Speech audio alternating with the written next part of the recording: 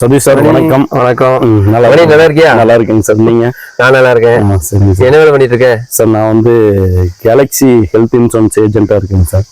இப்போ நல்லா போயிட்டு இருக்குங்க எல்லாம். இப்போ வந்து இது ஆரம்பிச்சு வந்து பார்த்தீங்கன்னா ஒரு 6 மாசம் ஆச்சுங்க. நல்லா போயிட்டு இருக்குங்க. ஸோ நீங்க பாலிசியில எடுத்திருக்கீங்களா? இல்லப்பா, அது நம்மளுக்கு எதுக்குப்பா? நம்மளுக்கு தான் கவர்மெண்ட் ஹாஸ்பிட்டலே இருக்கே. சார் என்ன பண்ணி கொடுக்குறீங்க? கவர்மெண்ட் ஹாஸ்பிட்டல் இருக்கு சார். இப்போ வந்து நல்லா பண்ணிட்டு இருக்காங்க. ஸ்பெஷாலிட்டி எல்லாம் நல்லா இருக்கு. பட் இருந்தாலும் அதையும் தாண்டி வந்து ஃபேமிலி ஸ்பெண்ட் பண்ணி பார்க்கறது பிடிக்கிறதுக்கெல்லாம் வந்து நம்ம ப்ரைவேட் ஹாஸ்பிட்டல் வந்து அதுக்குன்னு தனியாக நர்ஸு இருப்பாங்க.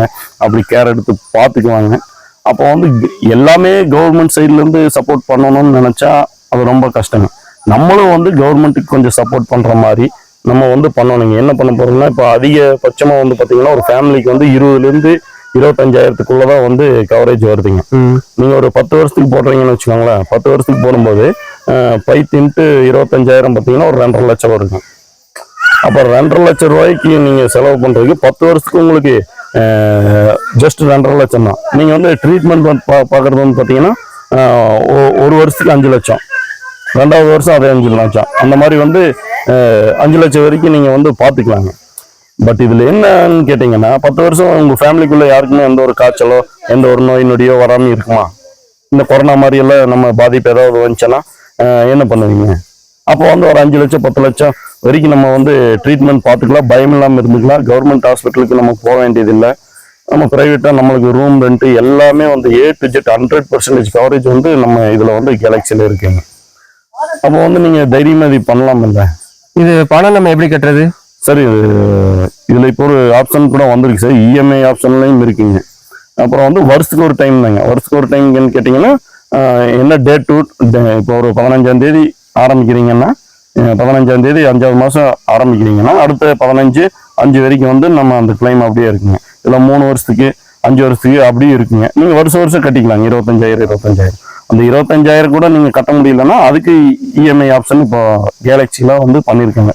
கேலக்ஸி ஹெல்த் இன்சூரன்ஸ்ல வந்து பண்ணியிருக்காங்க சார். இது ஒரு நல்ல இதாக இருக்கு. நானே வந்து இதுனா வரைக்கும் கல்யாணத்துக்கு முன்னாடியெல்லாம் இதை பற்றி நான் யோசிக்கவே இல்லைங்க. அப்போ கல்யாணம் பண்ணதுக்கப்புறம் நம்மளுக்கு ஒரு குழந்தை இதெல்லாம் வரும்போது தான் தெரியுது இதனோட வேல்யூ என்னங்கிறது. சரிங்களா?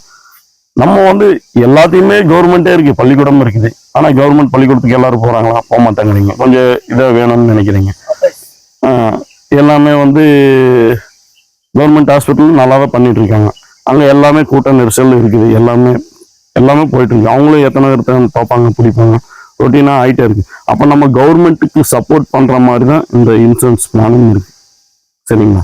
அதில் நம்ம வந்து கொஞ்சம் ஒரு இன்வெஸ்ட்மெண்ட் பண்ணுறோம், அவ்வளோதான். ஒரு 2 லட்சம் இன்வெஸ்ட் பண்ணுறோம் ஒரு 10 வருஷத்துக்கு நம்ம என்ன வேணா பயம் இல்லாமல் இருந்துக்கலாம் இல்லைங்க. அதுதான் வந்து இன்சூரன்ஸோட பேசிக்கான ஒரு நல்ல திட்டம். ஆனால் வந்து மக்கள் வந்து இது வந்து புரிஞ்சிக்க மாட்டேங்கிறாங்க, தெரிஞ்சுக்க மாட்டேங்கிறாங்க, யோசிக்கவே மாட்டேங்கிறாங்க. பிரச்சனைன்னு வந்ததுக்கு அப்புறம் ஐயோ அங்க போயிருந்தா ரெடி ஆயிருக்கும், இங்க போயிருந்தா ரெடி ஆயிருக்கும், அவ்வளவு லட்சம் இருந்தா ரெடி ஆயிருக்கும், இவ்வளவு லட்சம் ரெடி ஆயிருந்துக்கலாம் அப்படின்னு சொல்றாங்க. ஆனா அதுக்குண்டான முன் ஏற்பாடு வந்து இந்த மாதிரி முகவர்கள் வந்து சொல்லும் போது நீங்க வந்து ஏத்துக்க மாட்டேங்கிறீங்க சார். அதுதான் எனக்கு என்னன்னு புரியலைங்க. நீங்க கண்டிப்பா வந்து ஒரு பாலிசி எடுத்துக்கிட்டீங்கன்னா நல்லது. ஓகேங்களா சார்? எனக்கு இப்போ நல்லது சொல்லி கொடுத்துருக்கீங்க மணிராஜ். சரிங்க சார். ஓகே, இன்னிலிருந்து நானும் உங்க கேலக்ஸி இன்சூரன்ஸ்ல வந்து பார்ட்டிசிபேட் பண்ணிக்கிறேன்.